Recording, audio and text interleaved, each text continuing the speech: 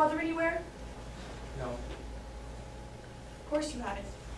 He always knows how to disappear when there's priorities to attend to. I'm sorry. No, Roger, I'm sorry. We made it so hard for you here, and I'm sorry. It's okay. It wasn't okay, but what was I supposed to say? Are you all right, Roger? No, Yes. but as Sylvia said I was just a kitten.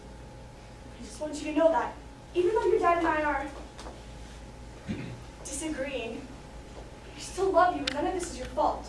You know that, right? Of course I knew I wasn't an idiot. I was a lion. Are you serious?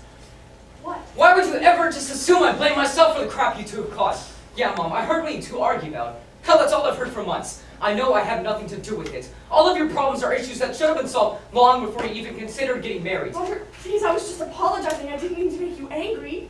Mom, I'm always angry. You're always angry. Everyone in this house is angry. Can you actually remember a time anyone was happy? We're all miserable. You two don't even listen to each other, and nothing will ever get solved. Maybe you shouldn't have ever gotten married. Roger, stop it. We're really trying to work things out. Tell me, would you rather marry Dad, which would have allowed everyone to be happy? Or would you rather gotten married and had me, only to tear it all apart in the end? Roger, please. I don't care if we have to struggle. I couldn't live without you. And I'd always choose you over happiness.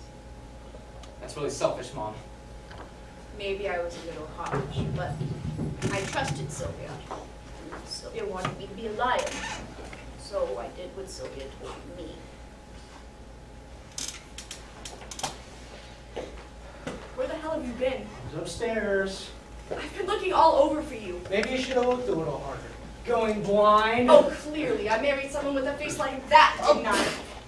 That was original. Never heard that comeback before. I'm not using it as a comeback, idiot. I just have to remind myself of my own stupidity, seeing as I spent all these years dealing with you. Yeah, you've done a lot of stupid things, haven't you? Oh, now you're just taking cheap shots! Oh, you know me, Meera. I see an opening and I take it. Right, the same way that you took that receptionist who couldn't keep her legs closed. I already told you we're nothing more than co-workers. We're hardly even friends. Oh, you and I both know that you don't have to be friendly with someone to be physical. But the only reason we're still married. I've seen the way you look at her, Jack! You always blow everything out of proportion. I'm not exaggerating. You're stuck working at a crappy place earning a crappy paycheck. Oh, don't worry, Betty. I'll get a new job and live in a castle because we're so freaking rich. Where are you now, Mark? Under the table, drunk at 9 in the morning. Betty, you're fully qualified to suck it up and get your own job. God knows you suck at housekeeping anyway. You know how hard it is to get a job without a degree. Besides, I have this vague recollection of you sweeping me off my feet when I was 19, assuring me that I'll never have to go to college or lift a finger again. You took that way too literally. And it wouldn't kill you to lift a finger. You can, exercise a little bit. Oh yeah. That's right. It doesn't count as domestic abuse when the woman hits the man. Come on, you've been abusing me for years. Oh, I forgot. Forbidding you from raiding Amazon.com more than once a week counts as abuse. Look at me, everyone. I'm the antagonist, and Meera is a poor, innocent little victim. You're a pig. You leave your swampy underwear 2 feet away from the hamper, and I swear you haven't brushed your teeth since the 70s. And I hate your haircut and how you insist on sitting front row at the movie theaters, how you never make dinner unless it's microwavable, how loudly your watch ticks, and your mother! Oh, here we go with this again. You know, people always talk about how important it is to have a close relationship with your parents. Yes, you probably should have taken her on our honeymoon instead of me. That's disgusting. Oh, you would have loved it. She's lonely. It's weird! They are collectibles! They're tacky! I want to put in the guest room. Where else will I put them? In the trash. Right along with our marriage. I can imagine spending another day with you, let alone the rest of our lives. You let this marriage die. As if that counselor you hired could fix you. Fix me? We have the problem. It's not just me. I hate you! I hate everything about you! Yeah, right back at you, dear. Well, maybe if you weren't so lazy, those divorce papers would have been signed a long time ago. Stop being such a crybaby. Don't tell me what to do! I'm the one who pays the bills here. You have no right to stay here for free. Are you threatening to kick me out? This wasn't supposed to happen! Maybe if you just put out a little more often. Oh, absolutely not. You're lucky I even make eye contact with you. All I'm saying is that we would both be a little happier if you hadn't been such a careless lover. You are behaving as such a huge ass! Well, as long as we're on the subject of huge asses. You never treat me like this. I treat you exactly how you deserve to be treated. I can't wait till I never have to see you again! Through time, Sylvia and I learned that all we had were each other. Sylvia had me, and I had Sylvia. I fell in love with Sylvia.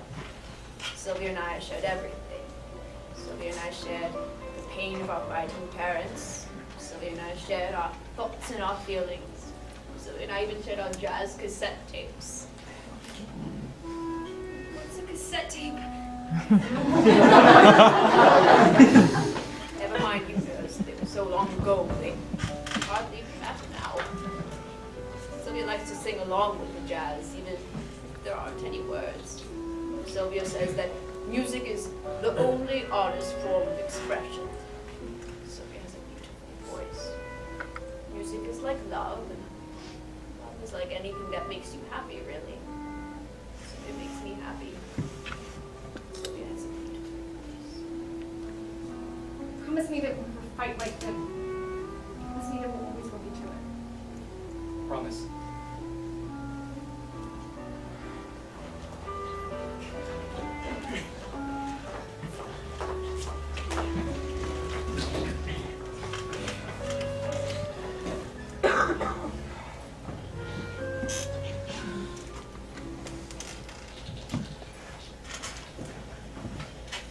I forgot which days I'm supposed to take my antidepressants. Do you know? No. Probably need some and gladly take any left. Sorry, you can't take these, which is alcohol, the way you take everything else. Guys, please. Who cares? I'm sure an overdose isn't as bad as you nagging about my drinking problem. Oh, so you're finally admitting you have one. Not until you admit that you're at least 8 pounds heavier than you claim. Oh, you're such I have a a... girlfriend! I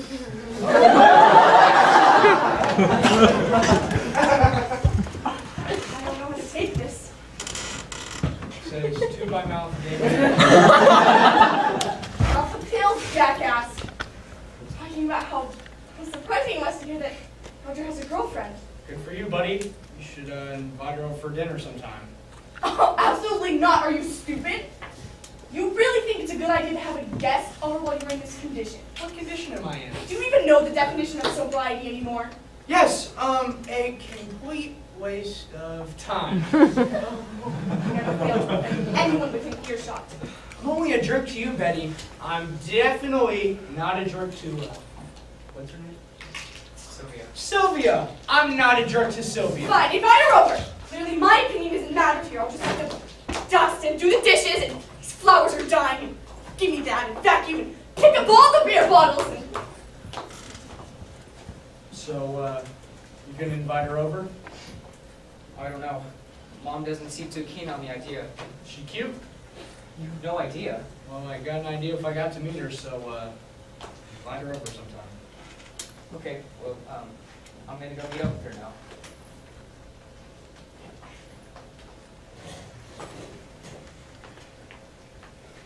Hey, Raj. I'm so happy to see you. You make my day so much better. Please, I'm hardly all that spectacular. No, I mean it. I have a terrible, terrible day, and then I just have to look at you, and it's all better. Now is the winter of our discontent, made glorious summer by this son of Mark. You're adorable. Oh, come on, Raj, you're better than that. Don't think flattery because you're a straight shot under my shirt. It's not flattery, it's just stating facts. Huh. You know, for a timid little kitty cat, you're actually a pretty smooth talker. Oh, please don't flatter me. No, I mean it. You have this glow about you. I mean, you're bleak as hell most of the time, but there's something about your aura. Oh no. You're one of those girls. Auras are entirely legitimate. They're like the concentrated emanation of the soul. Auras are the most honest part of the human body. I'm kidding, God. Can you imagine? For a second I was thinking you had it all together. You think I have it all together? Are you sure you're not getting a little unhinged? I mean, clearly I'm a total wreck. Well, you carry it well. Thanks. What's wrong? The usual, I guess. Do you want to talk about it? No. Well, that's all we talk about. Can't we talk about you? No, Sylvia. If it's bothering you, you should talk about it. Roger, please. You spend too much time brooding over other people's issues that you completely ignore your own. I want to talk about you. I wear myself out most of the time. Can't you just think about yourself for once? Yeah, sure. I talk a lot, but this isn't a one-way conversation. Stop drawing the attention away from yourself. Okay, well, let's talk about me. I want you to come over for dinner. What? Well, my dad does, rather. I think it's pretty risky. Well, of course it is. Your parents are vicious. Oh, only to each other. Other than that, my dad's a drunkard and my mom's a cliche, but they're not all too vicious. Are you sure putting them together in the same room with me is a good idea? Well, no, it's a horrible idea, but it'd be interesting. Well, I do like interesting. Speaking of interesting, I was reading this book, and it said a little something about auras.